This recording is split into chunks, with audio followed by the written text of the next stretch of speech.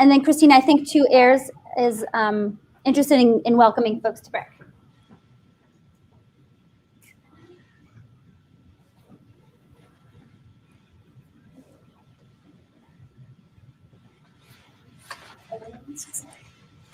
All right, good morning, everyone. My name is Ayers Warren. I'm a rising senior at BRAC. On behalf of the BRAC school community, I'd just like to welcome all of you this morning for a discussion on educational equity and racial justice. I'm especially honored to welcome Dr. James Meredith, who's with us in person, and Ms. Minnie Jean Brown-Trickey, who is joining us from in her home on the live stream. Both Dr. Meredith and Ms. Brown-Trickey are experienced racial justice activists who have graciously offered to share their cumulative wisdom and experience with us. Before we get started, and Ty Taylor gives a little background on how this event came to be, I'd like to ask the participants that when you speak for the first time, please share your name and your school. This goes for folks watching at home too. If you have a question for Dr. Meredith and Ms. Brown-Trickey, please write it in the chat and include your name and school. Amira will be monitoring the chat for us and will share your questions when the timing is appropriate. Thank you.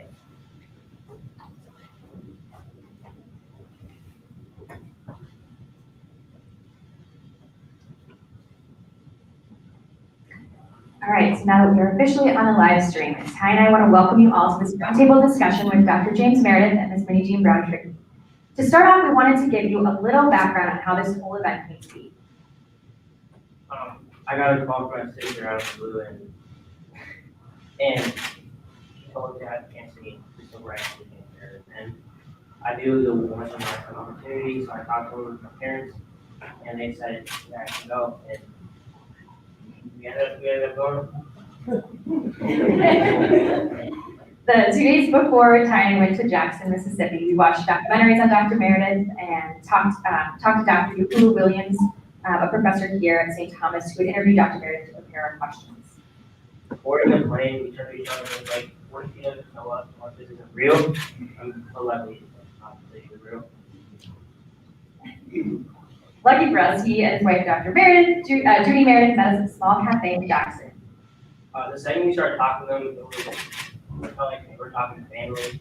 We had a bunch of questions planned out, we ended up not really talking about the questions, kind of had a fun time, laugh, take brainstorm ideas, and then start talking about pretty much anything. From that lunch conversation, which turned into a 2.5-hour discussion, we learned 3 things. First, it was real. We were actually sitting in Jackson, Mississippi, with a civil rights legend. He said several times that, He said several times that he is wanting to get to the side of the Mississippi. We told him we'd be honored. We told him we'd be honored to have him. And 3, Dr. Meredith felt that coming to Minnesota was one of the most important things he would do in his lifetime. He wanted to talk to the students and activists in our community and to inspire them not to forget the events of this past year. The minute we got home, we started working to bring him and civil rights leaders like Ms. Minnie Jean Brown-Trickey, who's with us virtually, trailblazers in the integration of lower education and higher education to Minnesota. We are honored to have them both here. And Ms. Brown-Trickey, I want to thank you especially from afar, who responded to my out-of-the-blue email with a phone call stating she wanted to serve as an advisor to students in Minnesota, to hear about their experiences over the past year, and to help share her knowledge and wisdom in a continued movement that she helped to establish. So it is our honor to introduce Mr. Meredith and Ms. Minnie Jean Brown-Trickey.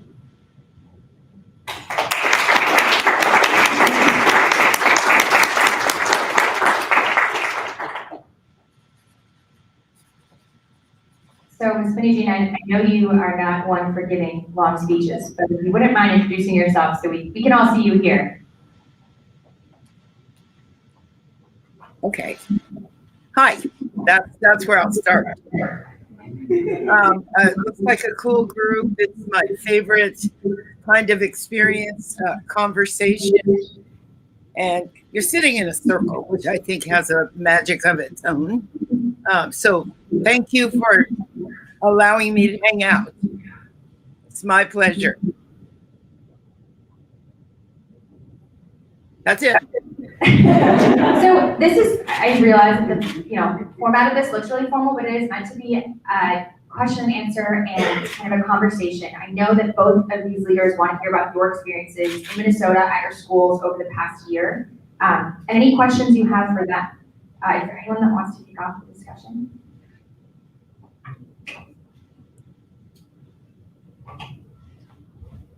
Yeah.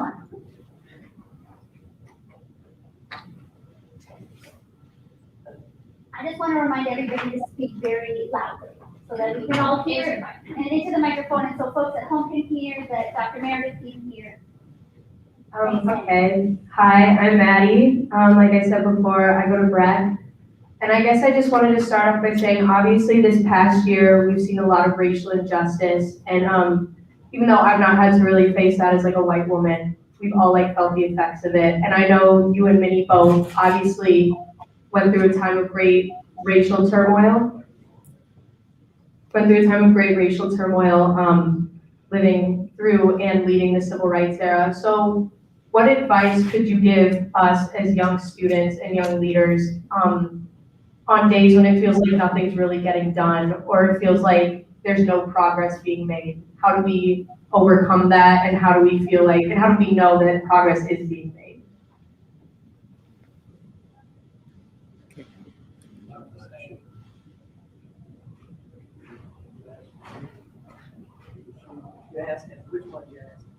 Either. Ms. Brown-Trickey, do you have any comments on that? Okay, so let me say, you introduced yourself and you said, as a white person, you hadn't faced the racism. But I'm going to say that if I'm not free, then you're not free. So I think that's how we have to see these things, that all these issues affect everyone. And until we come to the understanding that we're in this, won't have progress. I think the progress that I saw was the people coming together to be with each other during the summer protests. So that to me was progress. I'll like to see more. I think I'm just going to say one thing. Right now in Minnesota, you have your police brutality issues, but you also have the water keepers. So there's lots to do. It's never a dull moment. I consider you start off as a young activist, and it's a life sentence. So if you're serious, it'll be for the rest of your life. As you can see with both of us elders here, that you don't get to stop.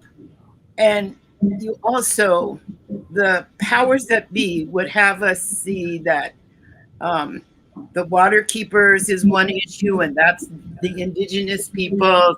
Black Lives Matter belongs to this group. The environment belongs to some other group. That's a divide and conquer strategy, and that all these issues are absolutely related and about the same thing. And so we gotta coalesce, build coalitions, join people, and that's the progress I would see would prove to me that there's progress.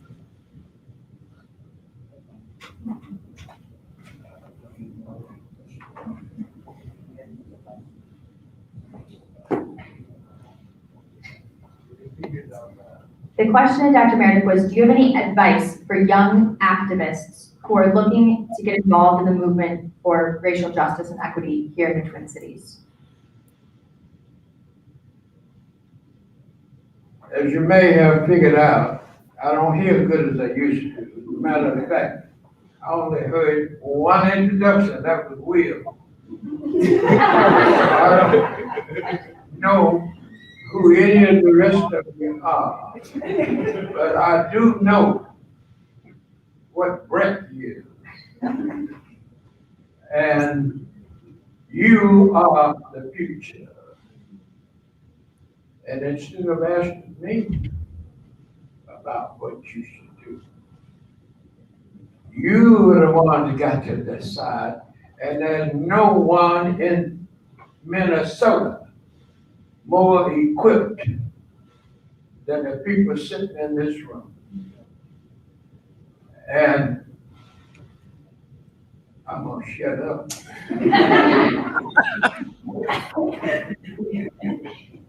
Anyone else? Hi, my name is Nancy Gonzalez. Speak up loud. Hi, my name is Nancy Gonzalez. Like I said, I'm going to be a freshman at Finley High School. Last year, when the Black Lives Matter movement started to kind of ramp up with George Floyd, a lot of Black people, especially young, were genuinely traumatized over the summer, especially when straight up videos of Black people constantly being lynched, murdered, all that happened. We were left traumatized. I personally was able to kind of fuel that into power, and I've gotten involved in the movement a lot more. However, recently and in the past, a lot of people in the movement, once again, have been traumatized by events and people that have done. So I guess my question is, how do you deal with trauma that you can face as a Black man? All right, we'll give this to Dr. Meredith first, Ms. Bradford.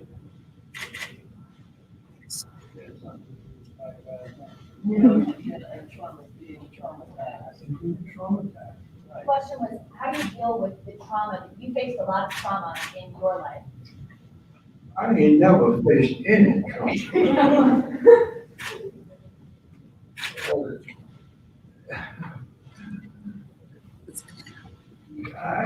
And I'll explain why.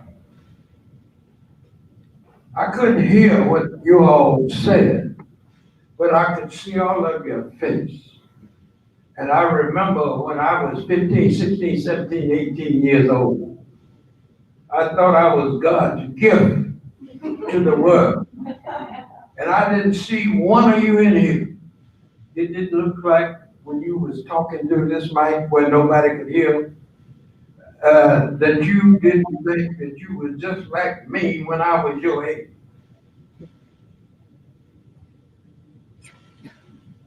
You got to deal with the legacy of slavery, which has never been dealt with, and that's the real issue.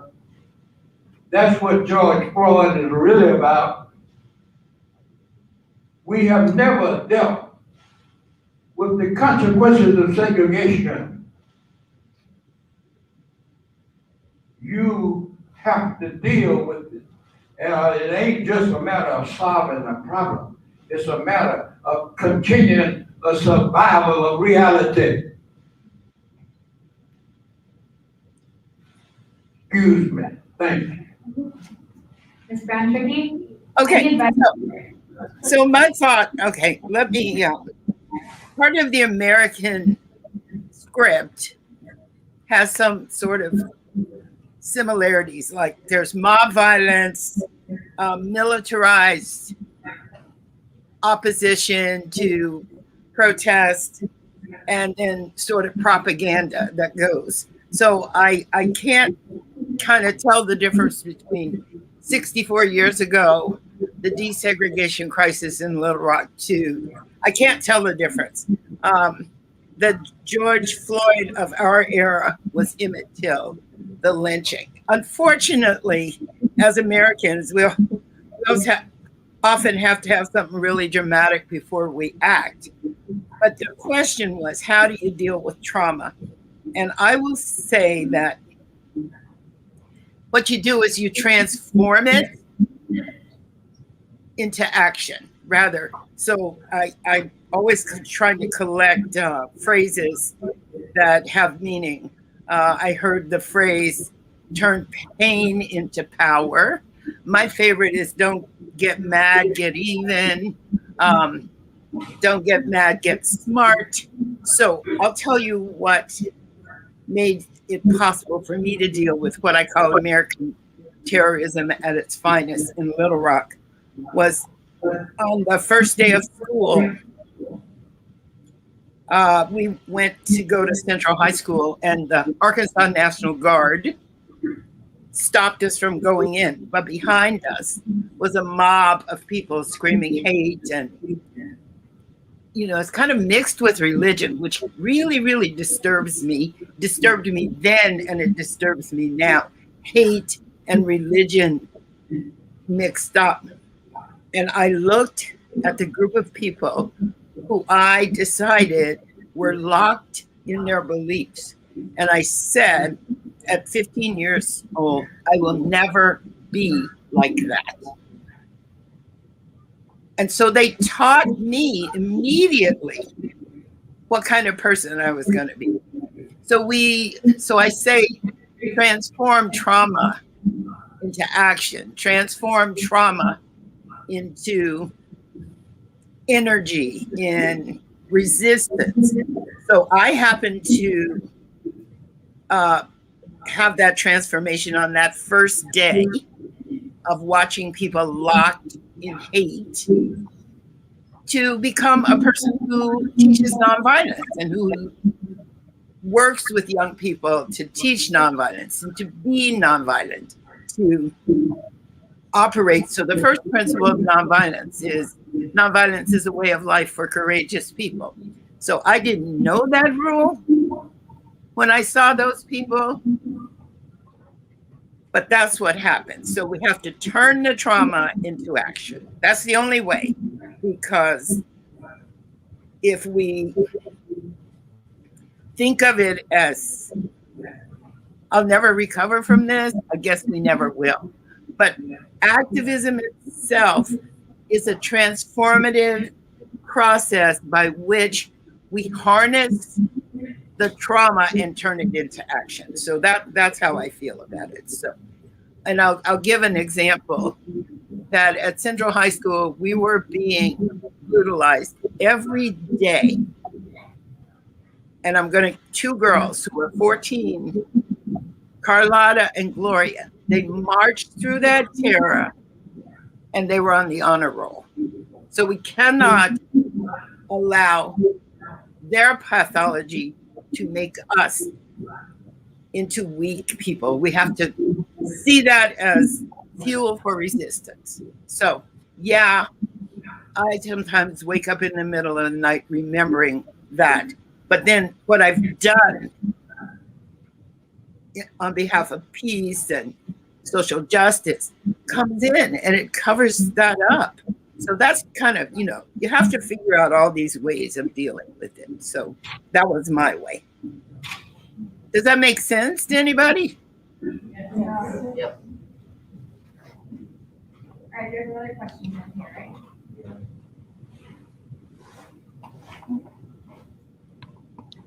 Remember, speak up.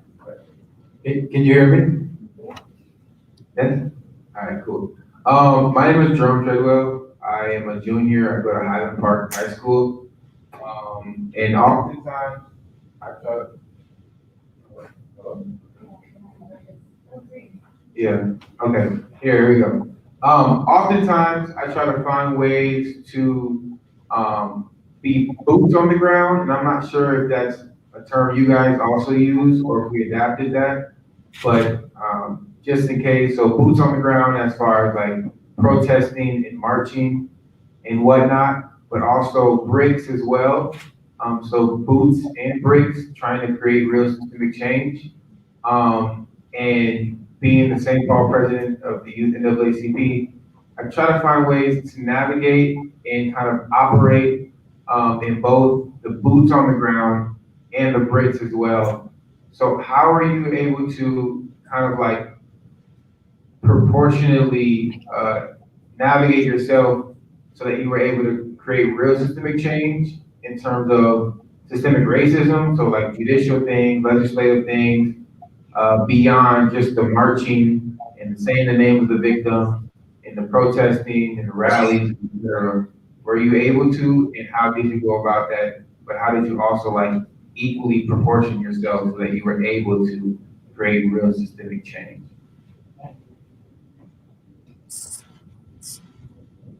So, okay, I'll answer. And then, first of all, we have to look at all different ways. First of all, we tried to do systemic change, but I'm looking at things now and saying maybe it didn't happen. So the powers are very, very persistent in their keeping things the same way. So, okay, I don't know how old you are. Voting is one thing, but not just voting for president. Maybe you're not old enough to vote, but you're old enough to register people. everything is not about marching. I always propose that we are full human beings and we use all our talents. You artists, musicians, orators, people who can speak to other people and persuade them. I think one of the things that happens in our society is, first of all, the people who are considered heroes of various movements, somebody picks out the people they want to talk about. But for instance, in Selma, Alabama, we know about John Lewis, but we don't know about the people who were cooking the food for the protesters, who let people stay in their homes. So we have to broaden the idea of what activism is and not be fooled by the celebrity concept of who the movement people were. So when they talk about unsung heroes, there are just all kinds of people out there. Right now, for instance, they're trying to do voter registration. So we hear Stacey Abrams' name, but there are hundreds of people knocking on doors. So part of being an activist, one, is get some training. Two, find out what other people have done in the past. Because I don't think we're so stupid back in the day. We have a few, we have some ideas. We're not trying to tell young people what to do. And how we broaden the idea of what activism is. Because first of all, you get your head kicked in right now when you do marches and protests, as we can see in northern Minnesota.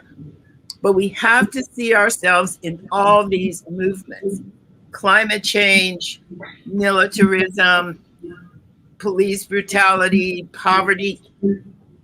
One of the things I want to say is it's pretty hard to be an activist because all the forces of power are so well armed.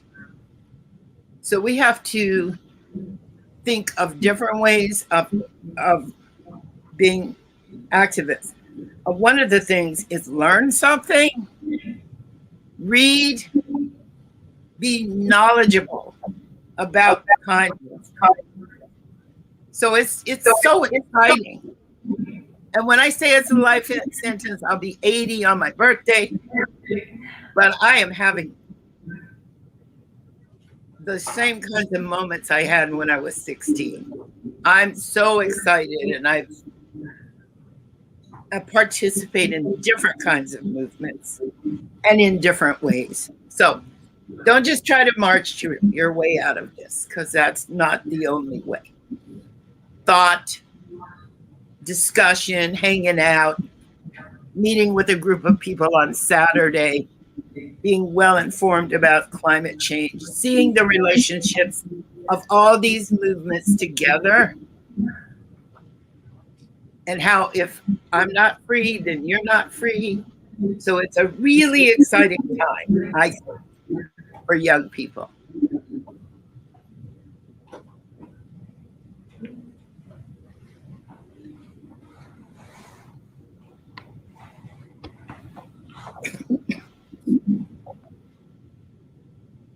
I'm 88 years old. All my life, I've thought that the movement was headed in the wrong direction.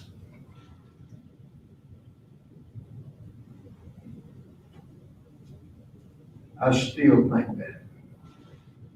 I have never participated in a protest. Not even the biggest one ever go through the South. The James Meredith March Against Fear. I started a walk against fear. But a walk is an exercise of a citizen's right to use the highways and byways. A march is a protest saying to another citizen, you're not treating me fair. Treat me better. I ain't never honored anybody as having a right more than me. And that ain't changed and it ain't gonna change. And I came to Minnesota for one reason. Because Minnesota has moved from the best black and white relation state in the late 80s to the worst in the 21st century. And if I was any one of you students in here, I would be ashamed of that. And I would be spending my energy trying to straighten out my state. Thank you.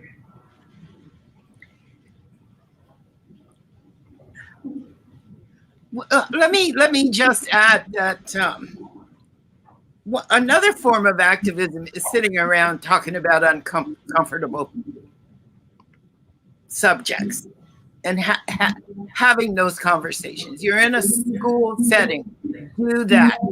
Don't be afraid. Have some really authentic conversations, because that's the only way it's gonna shift, is if we start having the real, honest conversations across cultures and interacting with each other in every possible way.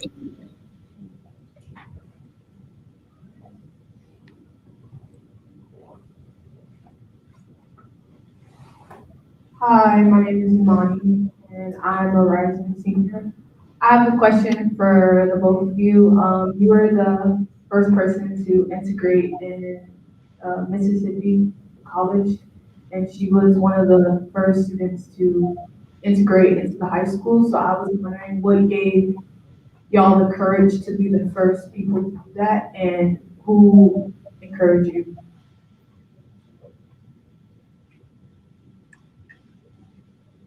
I'll let him start. So she asked, you were the first person to integrate Old Miss. What gave you the courage to do that? I already told you, because I thought I was the baddest man ever been born. I thought I was the smartest person ever to come through. Not just Mississippi, anywhere on that. And I thought I had every right of citizenship that anybody, including the President of the United States, had. You talking about arrogant? You think you arrogant?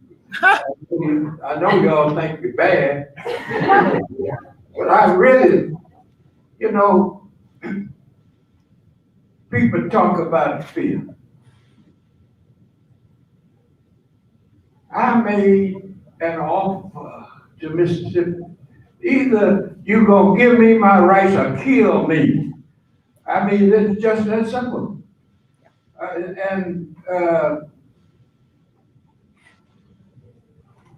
I ain't never had the audacity to say that before, but I ain't never had the occasion of speaking to who think, and I think they may be right, they're the smartest people in Minnesota. And I'm looking at them. I didn't count you, but I'm gonna count you as soon as I finish talking. Thank you. Okay, so first of all, I want to say that it didn't take very much bravery to sign up to go to Central, okay? My two best friends and I, when it came on the intercom, it says, if you live in the Central District and you want to go. I thought, oh my goodness, we can walk, because it was 10 blocks from our house. And we have to think about, sometimes we make decisions for really trivial reasons, and they turn into history, okay? So rest assured that you can make silly decisions or something you don't think is really significant, and it might turn into history, and that's kind of what happened at Central.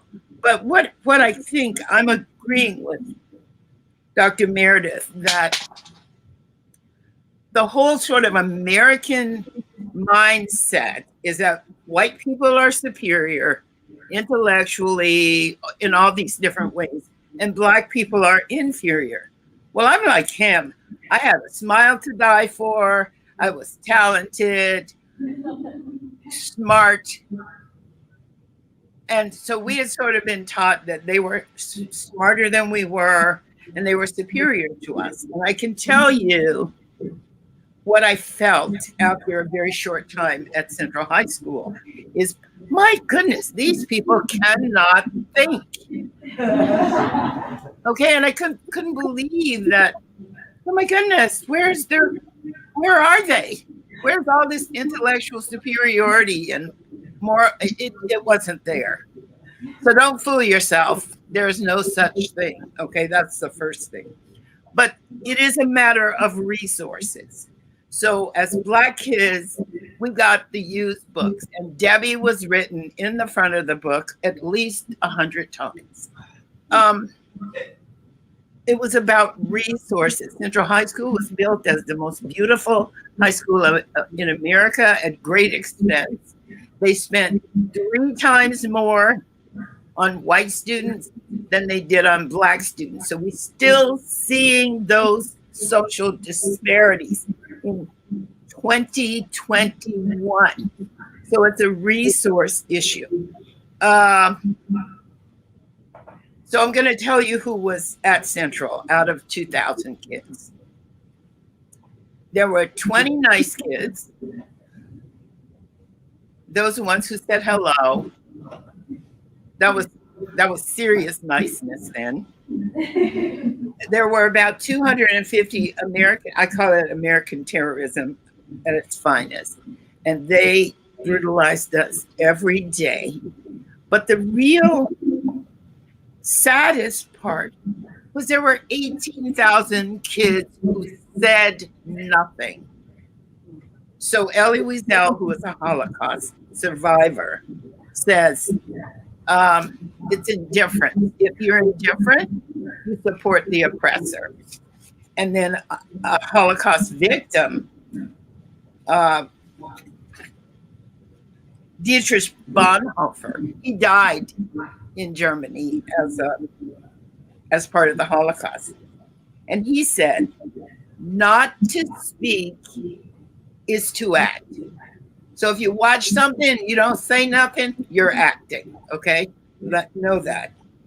And not to act is to speak.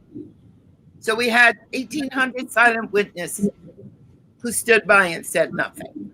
Therefore, no superiority there, no ability or willingness to think. And so that's my challenge. Stop being persuaded to being stupid, because that's what the power does.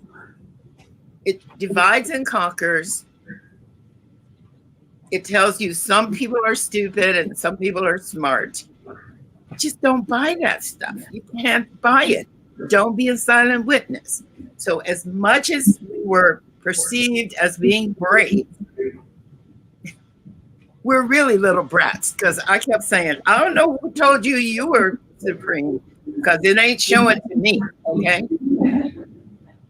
And so when we're persuaded that we're dumb or that we're not capable or that we're smarter than everybody else, I'm telling you, nobody, you're going to see Dr. Terrence Roberts. Oh my God. He's my favorite Little Rock Nine. Okay. And I'm going to tell you something about us. We're in the 6th grade together, and he doesn't know this, but I competed my heart out to be smarter than Terry Roberts. Okay. So we have to be thoughtful people. We have to think, because power would say, don't think. So that's activism, in my opinion.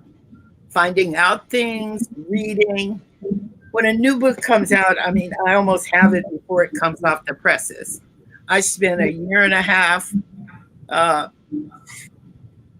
learning stuff, and now I'm suffering from too much information. You'll always be on the side of suffering from too much information rather than not enough. And I don't think I answered your question, but I think I did. And we say as a Little Rock Nine, ordinary people do extraordinary things. And sometimes you do something for a silly reason and it turns out to be history. Boom.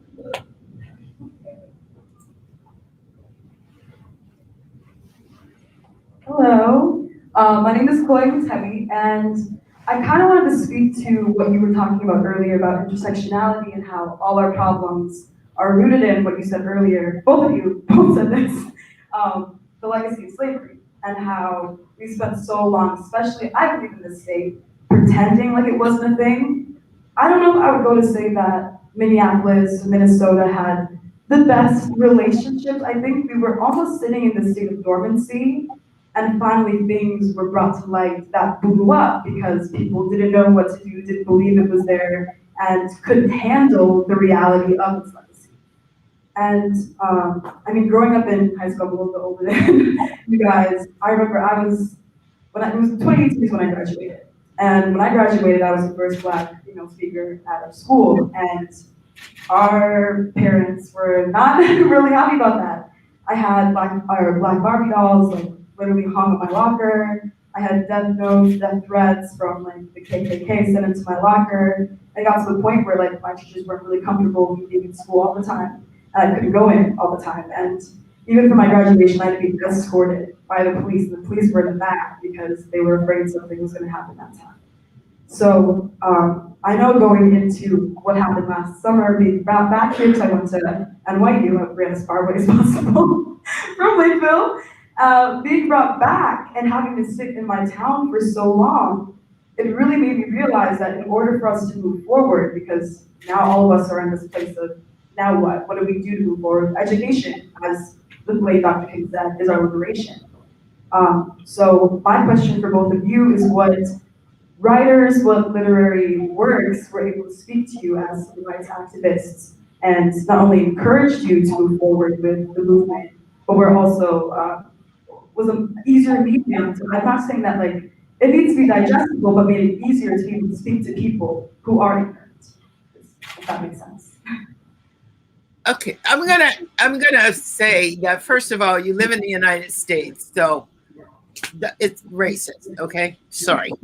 The other thing is, every time I hear about a first, I say how backward we are. Every time I hear, oh, she's the first person doing this.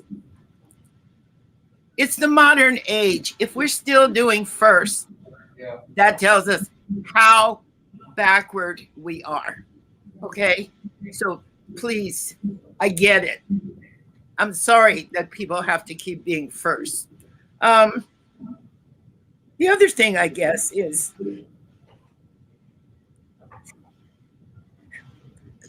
I think I'm going to talk about activism. I'm going to talk about my personal opinion of movement is people doing things all over the place simultaneously on their own for whatever different reason. Okay, I love that idea. Did I read anything? No, at the time, but I read all the time. And if you live in a segregated society, in Jim Crow South or up South, which is called North, we had to find out what the world was like through reading, because there were only two groups, super boring, black and white. Ugh. Anyway, so boring, two groups, okay? So because of the civil rights movement, immigration laws changed. So you guys have an opportunity to interact across cultures, hear from other people, be with other people. We just had the two boring groups. And so I had to find my adventure by reading. But the other thing about activism is I don't think that you get a choice. And I'll tell you what kind of activism you do. Okay, so I have a son who was beaten by police. So, okay, there I am. I'm out there being anti-violence. I have a transgender grandchild, so I got to learn all about that so I know how to respond to that person. I have a daughter who is disabled in a wheelchair, so I got to be really, really knowledgeable about disability and all kinds of stuff. So if you sit and be open, what you need to do will come right to you. And nobody will ever have to tell you because you'll know yourself. I need to be active on this front because this is something that has something to do with my life or it has something to do with somebody I know. So it'll come right to you. So if I told you who I read, you would say I'm a horrible radical because I read Chris Hedges. There's Timothy Snyder, who is a writer. He has an amazing book called On Tyranny, and it's really short. He talks about what happens when a society becomes authoritarian. Of course, writers. I just read Juneteenth. I read Robin DiAngelo's White Fragility, Why It's Hard for White People to Talk About Racism. I'll give you a book list. It's got about 20 books on it. So I've been doing for 20 years trips with high school students through the South. And we've taken 10,000 kids. So I brainwashed 10,000 kids on anti-racism and nonviolence. So there are all these different ways. You wouldn't think of me as an activist if you saw my presentations, my interactions with young people. But I'm telling you, that's some powerful stuff. Dr. Martin Luther King, I know the only thing we know about him is I Have a Dream. But the King Center at Stanford has 5 huge volumes of his work. You don't have to read those, but you could read his Riverside speech. Forget I Have a Dream, or read the whole I Have a Dream, because it's a biggie.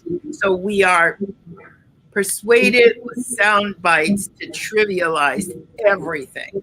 So the way that we become thoughtful, knowledgeable persons is to go a little deeper. Yeah. So, I mean, John Lewis has a book, Walking with the Wind. There's a graphic novel, which is really good. So there's no shortage. We can learn anything we want. I don't have cable, so I watch lectures on YouTube. So I'm suffering from too much information. It won't hurt you. Your brain is able to process it. Good luck.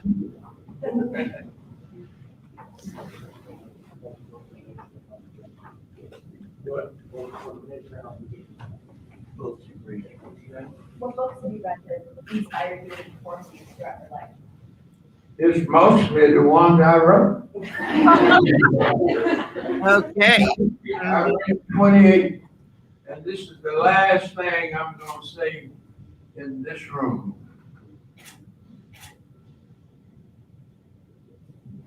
I gave somebody important a speech that took me 58 plus years to write. And I think it is the answer to all of our American problems. Don't seem like nobody think it but me, but I think it. And I'm going to challenge everybody in this room to make sure, because they promised me that they were going to make sure every authority in this school get a copy. And I'm going to ask you to make sure that you read a copy and see whether old James Meredith got a little sense of whether he's crazy. But you know, you kind of have to be crazy. I take it as a compliment, okay?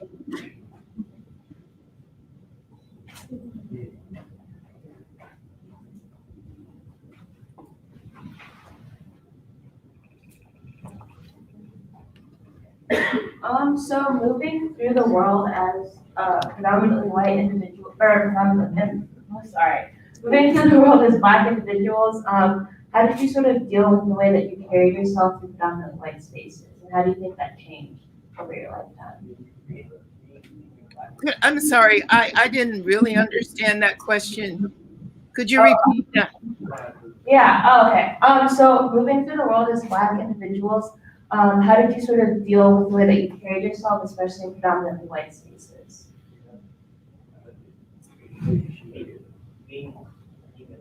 I don't think we could hear it really clear.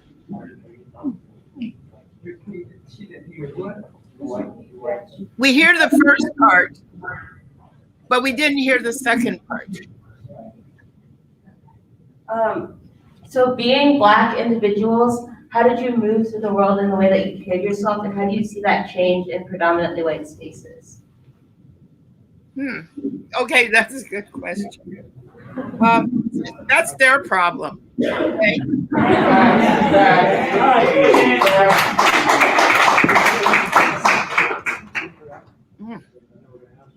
Yeah, I mean, it is.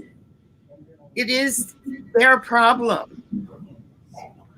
You know, first of all, there are white spaces because they were structured. Are you hearing me? Yes. Those spaces were structured.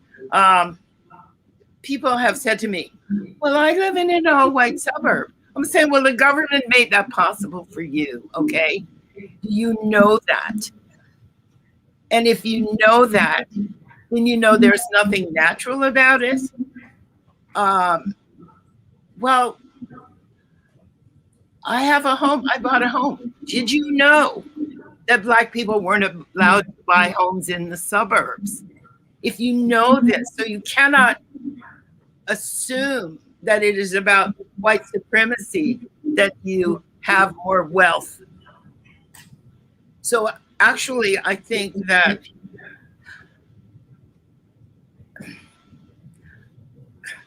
I would wish that everybody got educated about the truth of this society, and it would make it so much easier. So I walk through the world. Again, I'll use Gloria and Carlotta. Walk through terror and be on the honor roll, okay?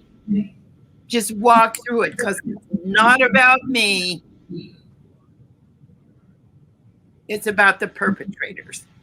If a person is being bullied, we want to take it away from whiteness, brownness, blackness, redness. If a person is bullying somebody, they never say it's because I'm a sick, dumb, crazy. They say, I don't like your nose. I don't like your color. You're too tall. You're too short. That is not my problem. That is their problem, the bully's problem. So as citizens or people in settings, you don't confront the bully because they can't help it. They can't think. You tell the victim, I saw that. So that's the whole thing about if people continue to be silent witnesses when they see how things are, it's going to be hard to change because we need everyone speaking up. We need people working together. So just walk through, child, you're so beautiful. Know that. I said I got expelled from Central, and I said I got expelled because I was tall, beautiful, and proud. Okay. I want to answer for James. I'm Judy Meredith. I'm his best man. It's good sometimes when you can't hear me. Anyway, I just wanted to tell you what I grew up in Gary, Indiana, and I remember, I'm a little bit younger than he is, I remember He says I like saying I'm younger, but anyway, I remember the James Meredith story. My parents, were from East Texas, but they were part of what they call the Great Migration to the north. And they chose Chicago, and then they moved over to Gary. Cut to the chase. My father used to turn on the news every night. My parents never talked about race to me, ever. What they would do would turn on the news. That's where they would look at this wonderful lady who did what she did at Central High and James Meredith. The news was so profound on both of these cases, but I'll talk a bit more about James since I know more about him. It was another George Floyd moment in the news. It was constant. He went through it's easy for me to say through, 18 months of legal battles. We saw where he was, where the legal system was. We saw where President John Kennedy was on the issue. And his brother Bobby Kennedy, who was the Attorney General, who was the most profound and prominent police and legal advisor to the president. So what I would see every day on the news is James Meredith. And your question was, how do you go through this? Every day that I saw James Meredith, and every day that I saw this lady, they were so occupied with what they were doing. James Meredith would never look to the right or the left. He was always, and look at the pictures on his books. Look at that picture, that famous picture with President Kennedy's man and his brother Bobby's Attorney General person. And he was always, so I was at the doctor's office with him once, a couple of years ago, I guess. Nurse comes out and kneels in front of me. And she says, "Is that the James Meredith?" And I told her, yeah. So she went on to tell me a story about James Meredith at Ole Miss. She said that when they would pass for classes, that James would never ever look away from where he was going, straight ahead. He wasn't concerned about, he says he never saw anyone. This time, I really kind of do believe that. Because he was so concentrated on that. And she told me the story about how she and her girlfriends would once try to get his attention. And so they hollered when they were passing him, they knew the time of the classes where they would pass. They screamed, "James Meredith!" And he never acknowledged them. He kept straight forward. Then she determined, she and her girlfriend said, "Oh no, we're gonna make him speak to us." So the next time they passed for class, all three of them just screamed his name. "James Meredith, hi James Meredith." And they said he looked at them, and she told me there was the prettiest smile. Another story, lieutenant that was over his detail, security detail. I was on a panel with him a couple of years ago. He said that James, he had to read all of James's mail, and it wasn't all good. And quite frankly, to be honest with you, some of it came from Black folks because they were scared that their lives were going to be up in an upheaval. So he said, James, he was going through the mail, and he said, "James, these people are going to kill you." And he said, James looked at him and said, "Lieutenant, are you finished? Because you're making me miss my class." And so he was off, and that was the way it was for his entire time at Ole Miss. And I got to see all of how he carried himself. I saw the news 4 years later when he was shot. He was ambushed in Hernando, Mississippi. How he was carrying himself, you know, he was walking pretty much by himself, because he wanted to prove that any citizen, any person can walk a street, a road, any road, without fear of retaliation from white supremacists. So he was walking and he would wave at people ever so often until, of course, he was gunned down. He was determined to rejoin or redo his march. I think he did it a year later.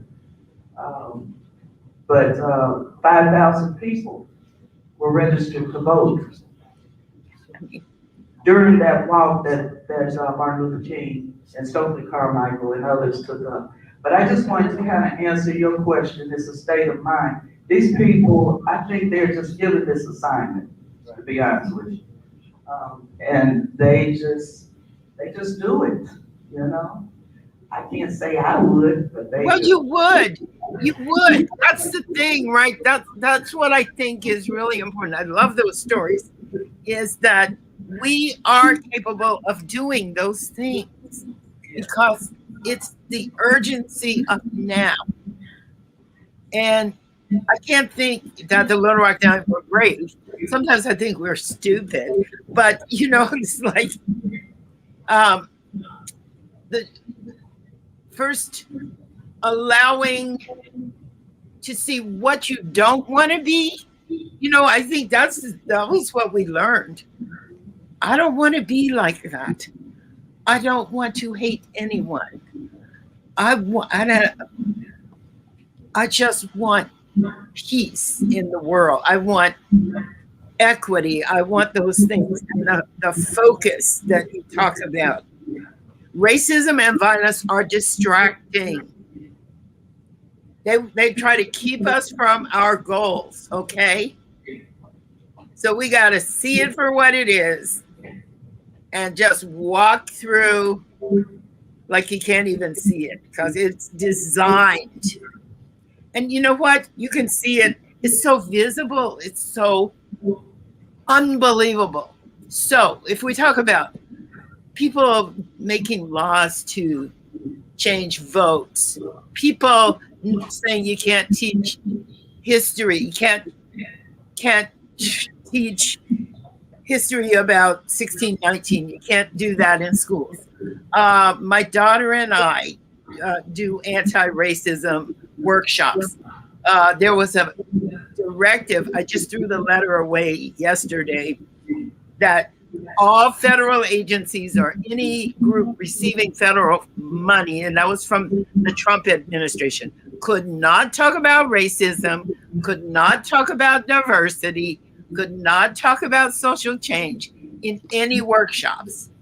So the power is out there to make us stupid.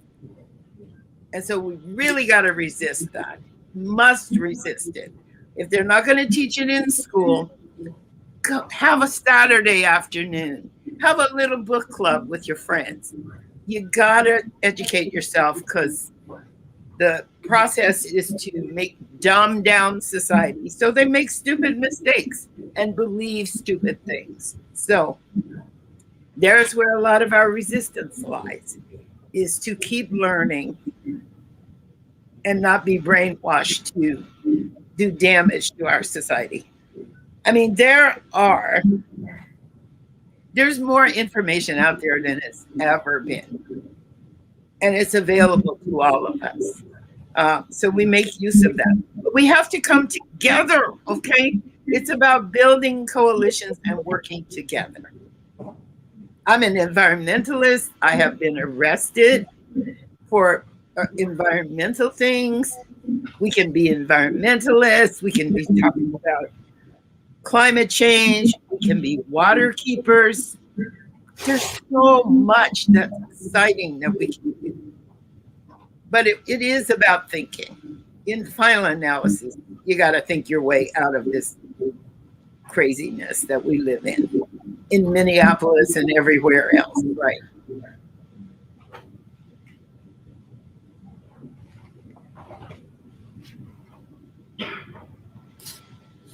I just wanted to make a quick comment, and then I did have a question for you, though. So I just wanted to thank both of you for really risking your lives and going the extra mile and going extreme. Maybe that meant sacrificing time with your friends and families to really advocate and defy the odds so that we can be where we are today. I think oftentimes a lot of Black and brown individuals don't really take the time, partially because it's not taught to us in our schools of the victories and success of our Black and brown people. But if we take the time to really recognize those before us, like the Thurgood Marshalls, who was the first Supreme Court judge, like the Rosa Parks, who sat in front of the bus, like Harriet Tubman, like James Meredith, and et cetera, then we can eradicate our almost like we're oppressing ourselves because we keep continuously embedding ourselves with this idea that we have to be the first, or that we're not good enough, or possible things of like I feel like we're still fighting for the things that are already given to us in a sense, because I mean, like just 200 years ago, about we had the right to vote. So there's so many things that have passed that now we have access to. And I think if we don't recognize that and capitalize on that, we'll be in this continuous cycle that won't allow us to progress as a people. Between having the right to possibly be on a school board, having the right to be a legislator, having the right to vote, and so many different things. I think now is the time, especially if you kind of look at it like chronologically throughout the years. We had slavery, and they fought through slavery. Then we had the civil rights era, and they fought through that for freedom. And now we're at a point where our parents, as high schoolers, were kind of at the tail end and just removed out of all of that trauma and out of all of that segregation. And now we're the people that actually have the responsibility to exercise what they've done before us. So why are we still complaining and not activating in our communities by not taking advantage of these opportunities that are given to us? It's almost a disrespect to our James Meredith and all those people, because they literally put their lives on the line so that we can have the opportunities. And as Black and brown and minority people who don't take advantage of those opportunities so they can progress ourselves for Black generational wealth, for Black infrastructure, for Black entrepreneurship, and things like that, we're totally doing a disservice to ourselves and our forefathers. So I just want to put that out there. Stay woke. Well, that's one way of thinking about it, but I'm gonna push back on you, the concept of minority. Okay, I'm part of world majority women. Okay, in Canada, in the early days of feminism, we said we are not minorities, we are world majority, right? So when we kind of like think of minor and major, then we are, we're internalizing a lot of that. We have not been given opportunities ever. We have only had to take opportunities. Every opportunity that has happened in these United States has come at a very hard fought effort, okay? So don't ever think, who can give? Why is it that we thought we've been given opportunities? No, we've had to take opportunities. So we don't have generational wealth because of the discrimination in housing. One of the things that is happening now is the scholars, the people who are writing all these amazing books, including Dr. Meredith. They're giving us information. We have to find it and use it. Nothing is ever given. Audre Lorde, who's a writer, you should be studying in school instead of To Kill a Mockingbird, but of course, you can't get rid of it. Says the master's tools will never dismantle the master's house. So let me just ask you for a moment. There was a vote yesterday to implement national voting rights laws. They were rejected, okay? So I'm telling you, it's not easy. Ain't nobody giving anybody anything, okay? People are continuing to disempower people, okay? This is 2021. I cannot tell the difference between 2021 and 1957. Cannot tell the difference. The US is talking about stuff that most of the other parts of the world have solved. They solved it a long time ago. I feel like we're in the Middle Ages sometimes. What people are talking about, the problems. Sorry, people. You're going to have to learn on your own because you're not going to get it. It's not going to give it. There is no gift. There are no gifts. You got to fight for it, okay? They're not going to give you an education that is about critical thinking. They're not going to give you health care because they don't want that. So there are no gifts. Anything you get in this society, you're going to have to fight for.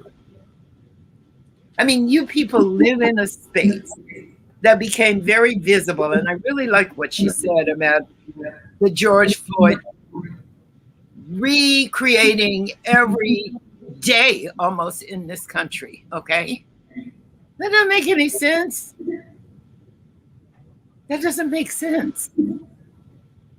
So we're all sort of sensitized to his death, but how many other deaths? How many others? Why is it that in our society we can only coalesce together on death and not life? There's a sadness in me that I keep seeing the same thing happen, and that I am going to leave this space not having accomplished what I would have wanted to do. That's a horrible feeling. That's a really horrible feeling that I can't tell the difference between 1957 and 2021. So you got a lot of work to do, people, and you have the tools right in front of you. But see it. That's what you have to do. You have to see it and see who the people are. Take a look at the people who made that decision to vote against voting rights. And I'm going to tell you that when we were young, we said, don't trust anybody over 25. I agree. Don't trust anybody over 25, okay? Because people become, stay vibrant and young. I try to do that. I think Bob Dylan had a song, which I really liked. It says, your old road is rapidly aging. Get out of the way if you can't lend an ear because times are changing. So I'm looking forward to that. That's what I saw times change in the protests that happened around the world. Let me tell you something. Everybody is looking. Everybody can see it. In Little Rock, what supported us the most as individuals and kids was letters from around the world. They're looking at you. Ms. Brown-Trickey and Dr. Meredith, I know we have about 15 minutes left here, but I know that one of the reasons both of you reached out to Ty and myself was because you wanted to hear from students in this room and in the Twin Cities about their reactions over the past year and about what they're committing to do, independently. And we've got a great coalition of schools here, and together. So I would love, and I know no one likes being put on the spot, but I would love to hear from a few of you before we close this out, to let these leaders of, the continued movement hear what we're thinking about doing. I'm just gonna pass the mic this way, and if you have something to say, we'd love to hear it. And speak into the microphone. I don't think I have anything right now. I'm Aaliyah. I attend Lakeville North. Me and my friends just created the first Black student union at our school, and we're also working apart with student voices to be able to, uplift students' voices, to be able to create safe spaces for those students, because a lot of students at North or just in the Lakeville district don't feel that way. I'm also working with teacher affinity groups who are learning about systemic racism and issues in different communities to get a further and better understanding on it and implement that into their classrooms to be able to teach about it to students who don't know about it either. So that's about it. But Bravo, bravo.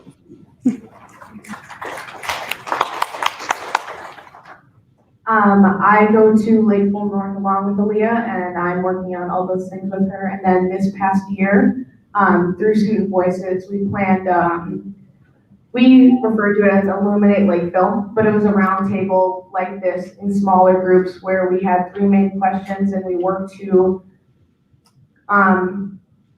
create ideas that we could implement in our Lakeville school district to help give voices to Black students in Lakeville. And after doing that at Lakeville North and Lakeville South, we are going to we will be implementing them and doing them at our middle schools in Lakeville this coming year. Bravo. My name is CJ. I go to Brent, obviously. But I haven't really done it. I haven't really set up anything. I haven't really gone to any protests or nothing, or any a committee or anything. But what I have done is, I guess you could say that after George Floyd and stuff like that during the summer, I had a lot of friends, because in our grade we don't have many Black people, so it's me and 4 of the people.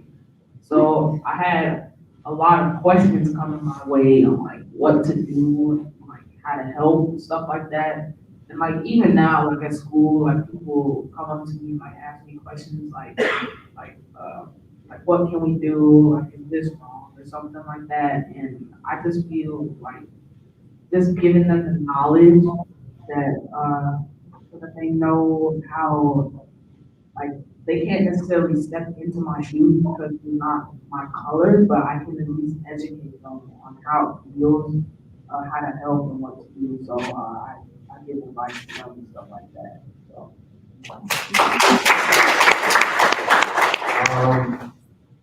Besides my work with the NAACP, yesterday, most recently, I I've been gathering over 700 people to fight the school board in St. Paul to help restore the arts for our Black and brown communities. They have been eliminating them. So I've been in front of the superintendent and all that. So it's kind of, Thank you. So I want to comment on that about how various forms of art are very important to students. What would make you think that schools would cut those kinds of things? And what do you think that's about? I don't expect anybody to answer, but it's the kind of thing I want you to think about, right? Everything is not going to happen in this session. I'm hoping there are lots of things to think about after it's over and maybe to discuss. But what would it mean to cut the arts? What does it mean to cut social workers? What does it mean? Does anybody really care about you kids? well, I know for me personally, art was cut in either 3rd or 4th grade, and even now today, I find myself, it's hard for me to express myself in any other way besides words. So I think if we don't have art in schools, it limits your ability to express yourself. And a lot of people aren't confident with their words. Many people find the only way they can express themselves is through their art, even if it's just poetry, their art, their music. And if we aren't allowed that in schools, then it limits people's ability, as I've repeated multiple times, but to express themselves. So I think that's one of the biggest things that art takes away from us. Well, not having art takes away from us. So thank you for that activism on behalf of the arts. And so now we get to see all the different ways that we can be activists, okay? You don't have to march. You can do all kinds of cool things as activists. That's cool. I'm happy about that.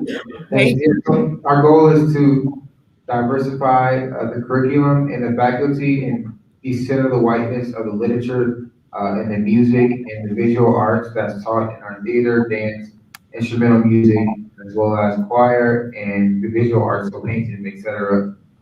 As they've been continuing to cut the arts all across the district. Cool. Absolutely. Can you hear me?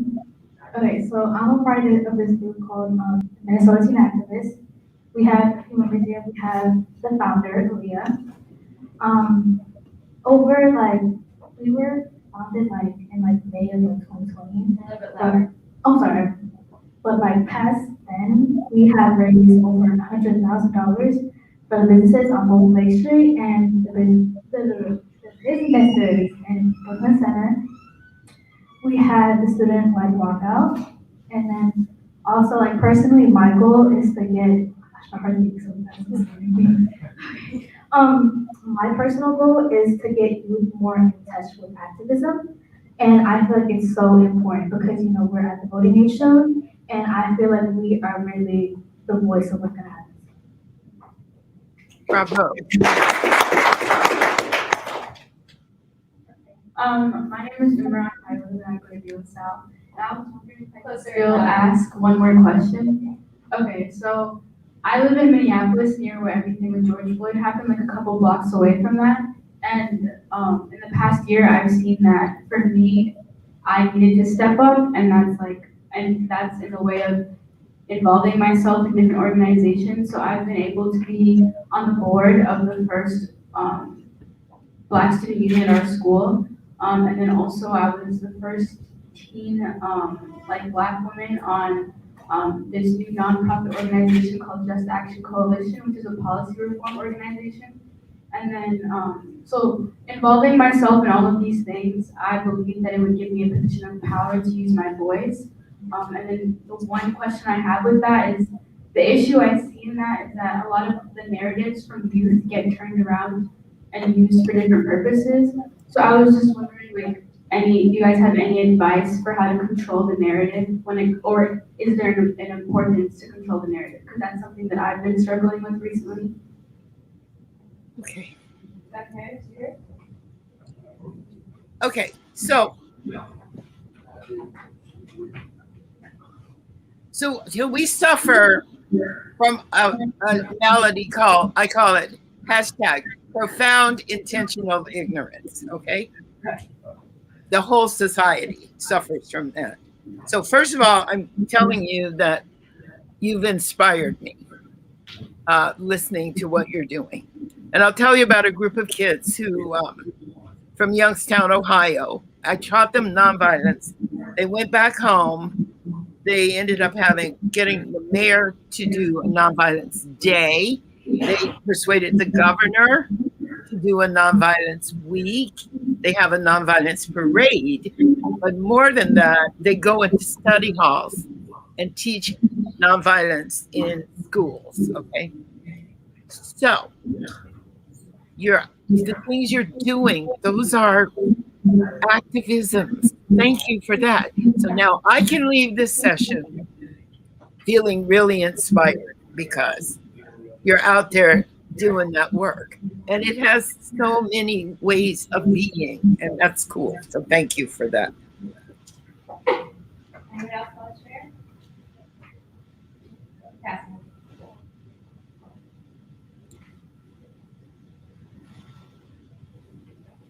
Sure. So my name is Samira, and I'm an incoming junior at Breck. And this year, both me and Nina worked on a project where we created the first environmental day counselor at our school, and it focused on environmental justice.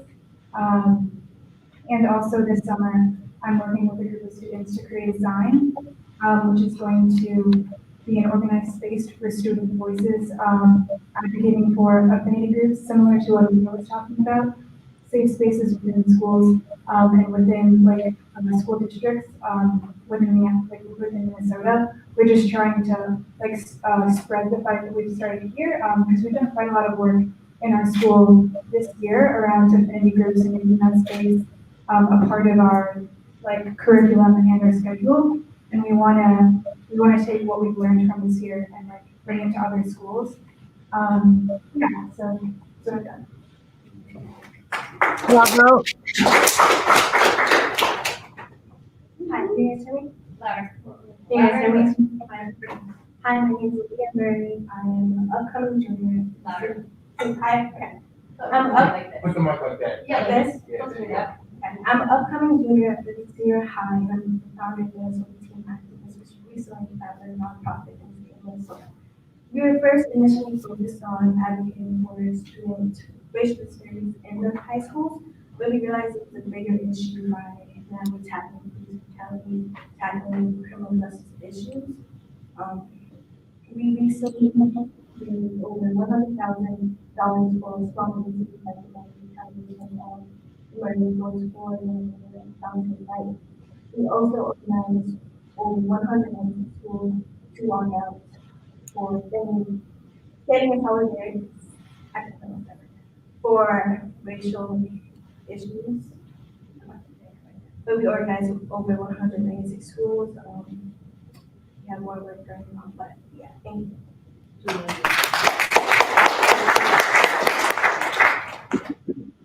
Hi, I'm Iris again. I'm another Breck student, and I feel like a lot of the work that I've done has been in Breck, and so it's really been, especially this year, just making sure that we as a school are focusing on diversity, equity, and inclusion, and including that in our practices, and making sure, like Amir said, that we have the space for our students within their affinity groups, and then also empowering a lot of our students of color and students as a whole into leadership positions within the school, and advocating for themselves and making sure that their voices are heard.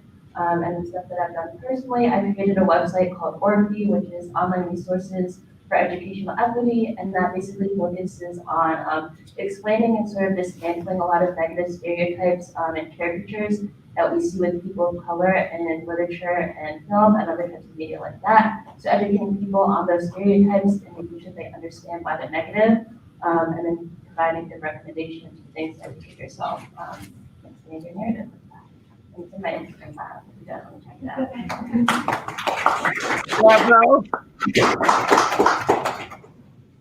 Yeah, I'm Sawyer, and a lot of my work this last year has been like listening and educating myself and taking part in conversations, and then also just trying to be really active in my community and get out and be marching on the streets. I'm Maddie again. I'm a lot like Sawyer. I think kind of this past year has definitely been a lot about educating myself, getting out there protesting. This week we did start, or me and like some of the other students here started working with the PSBP, which is Private Schools with Public Purpose, which is about creating equity for schools in America, which is going to be a really cool project. I'm really excited to get working on that. I also got the opportunity, so did Elise and Ayers with me, to meet with Leslie Redmond a couple months ago, who's the former head of the Minneapolis NAACP. So she was super cool to talk to. So yeah, I think a big part of my journey has just been educating myself and trying to educate the people around me.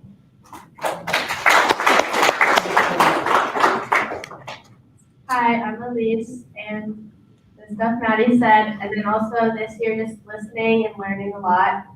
And I have a quick question for Miss Vinnie Jean. Over the past, well, a long time, but just recently more, like seeing all of the uprise in violence and hatred, how do you still find the strength and courage to lead nonviolence and lead with love? Well, first of all, I said I can't tell the difference between 1957 and 2020, but because I did the whole, so when we keep asking, you know, what can we learn? How can we be? How do we deal with it? So go on the King Center website and look at the principles of nonviolence, because it's like a little handful of things. The words, there are 6. It's really easy to remember them. There are no guns involved and no fast cars. Oh my God, I don't think you can handle it. But having that little packet of information helps you. You have something. You have something to hold on to. I'll tell you that we're talking about specifically George Floyd because that's one of the deaths in your community. I was so, I went into a slump after that because I just felt like I failed. I don't know what I can do. I felt helpless and hopeless. And that is kind of what that's about, is to make us feel helpless and hopeless and unsafe. So again, we have to reframe that and say, it's not going to make me feel helpless, hopeless, and unsafe. It's going to make me feel hopeful, resistant, and safe. So it's just a kind of a tricks, doing tricks with your brain and your thoughts. And I'm trying to write a memoir, and I can't really explain anything about what made it possible to do what I did and what I've done in my life. But the whole thing of tricks in your brain is just, like racism is designed to discredit, discourage, dismiss. Martin Luther King said, if I can't do great things, I can do small things in a great way. So just to rearrange how we think about activism, and I heard some cool things, and to rearrange what we can do, and again, about getting educated. So while I was sitting here, I was looking at my paper, and the book I was talking about is called The Color of Law, A Forgotten History of How Our Government Segregated America. And that's about the housing thing. So every time I hear somebody say where they live, I say, you really need to know why. And there's a lot actually about Minnesota and restrictive covenants, and you really need to know what that is. And I don't know if you're learning it in school. I doubt it, because American history is a little bit like a fairy tale. Whoa, just totally. So I don't know how a modern young person can interrogate. So that's your role, and that's what you need to ask your school. Please stop talking about George Washington cutting down a cherry tree. I've been to his mansion, seen how many enslaved people he had. So please, keep telling me about what you're doing so I can take it away and be washed over with enthusiasm based on what you're doing. All right, guys, be fast. Sorry. Go. I want to hear from anyone that wants to. So. Is it cool if I saw So, hi, my name is Dylan Barrett. I'm an upcoming senior at Central High School in St. Paul. Be louder though. Okay, is this good? Yeah, perfect. All right, so. Why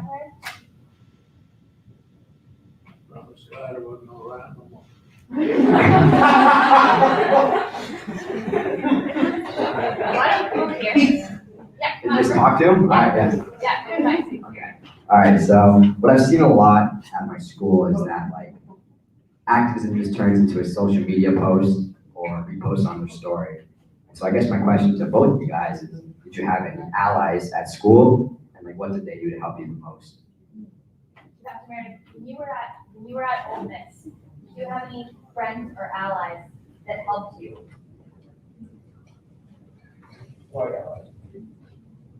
About the only thing I talked about is your ego and my ego. The question you asked didn't exist in my world. Any time that anybody did anything I didn't think they should do, I thought it was my fault. The most important book I ever read is the Bible. I read the Bible every day, the Old and the New Testament. And I recommend that you read it because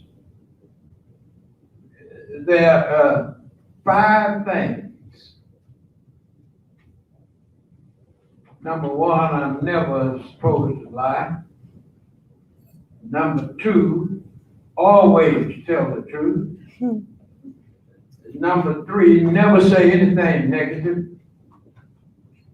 Number 4, never say anything controversial. And number 5, only talk about God and Jesus Christ. And that's where I'm gonna stick it. Dr. I want to ask you one question though, to follow up on this. During your, and I know you don't like when I ask you questions, but during your time at Ole Miss, did you make any actual friends on campus? I see you didn't understand my last answer. I ain't never been nowhere in my life where I didn't have more friends than I could accommodate. I mean, if you don't understand that, as many times as you done made me pose for pictures. I don't know what you thought of those people, but I thought they were my friends. And when I go to a football game at Ole Miss, it takes me 3 hours sometimes to go 10 blocks from the football game to the tailgate party. Because everybody want to show their friendship. Did that answer your question? But where did you meet your wife at? Ooh, where'd you meet your wife? You really want to hear that? Oh, I swear.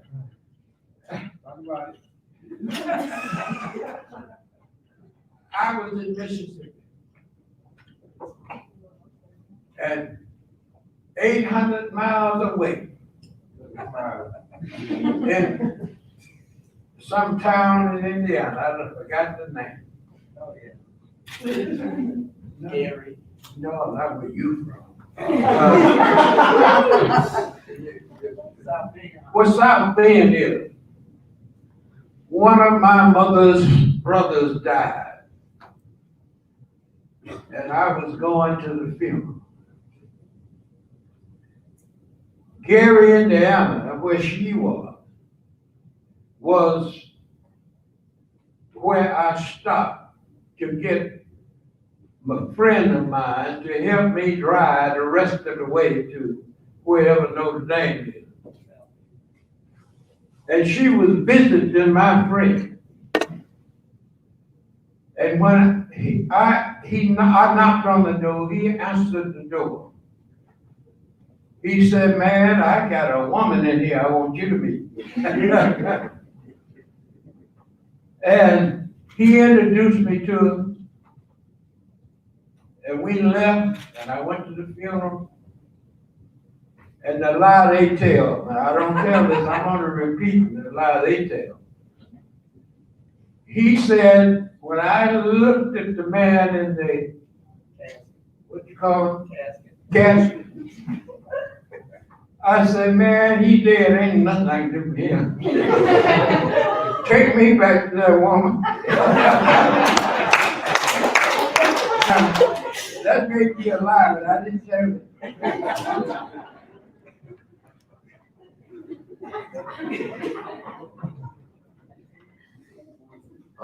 My name's Lewis. I go to Washburn High School, and my school and I live really close by Up Foods, which is our school's like a mile from where George Floyd was murdered.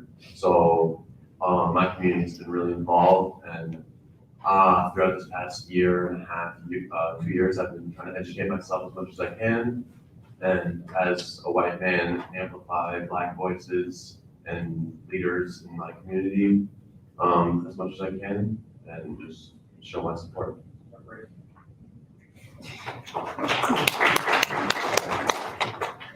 Hi, my name is Beatrice Kelly. I go to Penn, and recently I've been focused on education and how that can impact other people and myself. So for the past year or two, I've been reading more political theory and just reading memoirs and things about other people's lives. And one thing that I've been growing up and thinking about is the idea of creating a book club led by teenagers and youth for adults and youth. So just this idea of having like intergenerational, like education is something that I've been working on. My name is Will. I go to Marks High School. I personally haven't been doing a lot, but I think one thing is like when you don't know what to do, I feel like music is something that's important, like supporting Black artists. And like, I basically just with my time, like I'll, if I don't know what to do, you can go find Black artists, like I'll make music, just anything like that. Like, yeah, basically, I just think music is very important, and supporting Black artists is very important, especially local, small artists, but just all Black artists. Music is really important, and music is an art form, so it can really help people express themselves. So it's just really important.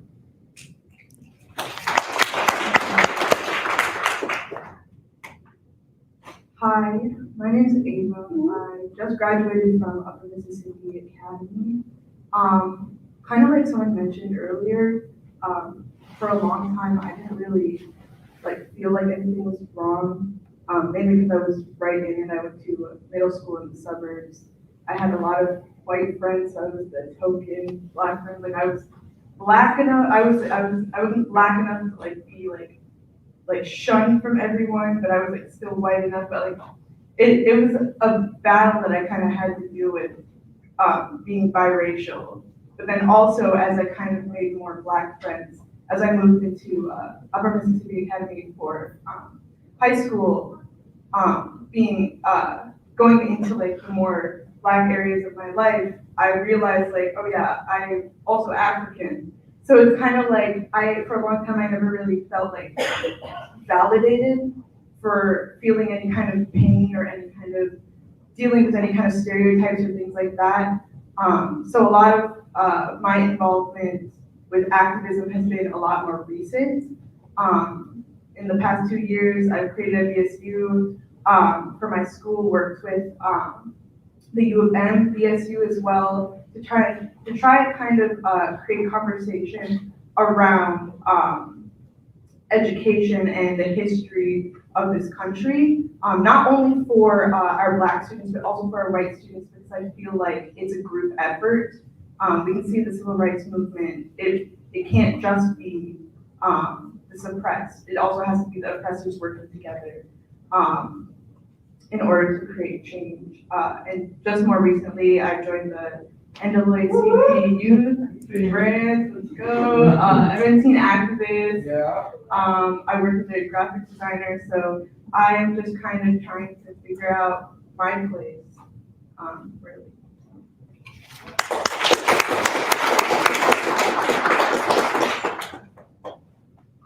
Last thing, the motto today is don't forget. So we want to thank everybody for being here. Thank you, Meredith, for making this meeting. we have buddies if you guys want to take some before you leave, and I hope this group will get together again eventually and talk about what we have done.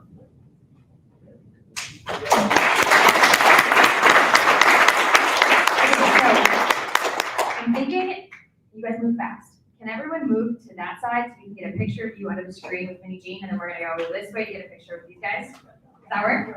All right, move fast. Move live.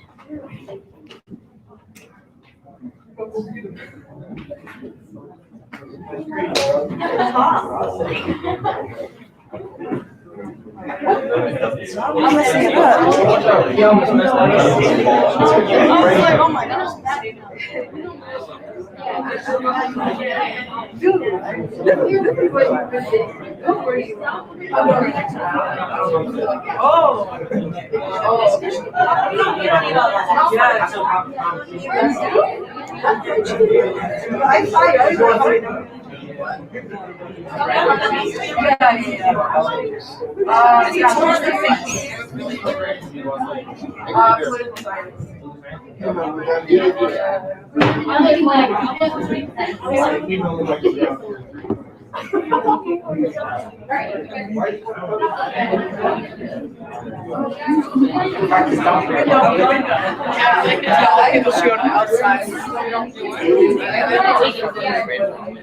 Are you guys? Are we blocking her? Oh, no. Minnie Jean, say something. I'm gonna mute. Wait, I can't even see. Where's my mute button? Am I close? Can you guys see my mute button on the screen? Hi. Oh, she's gone. Where is she? I'm here. Okay, wait. I'm gonna make you solo That layout was again. All right, you guys, everybody smile. Wait, are we covering her? Yeah, swap. All right. I don't need to. Perfect, smile. This is a gorgeous. Awesome. Okay, other side. Fantastic. Hi.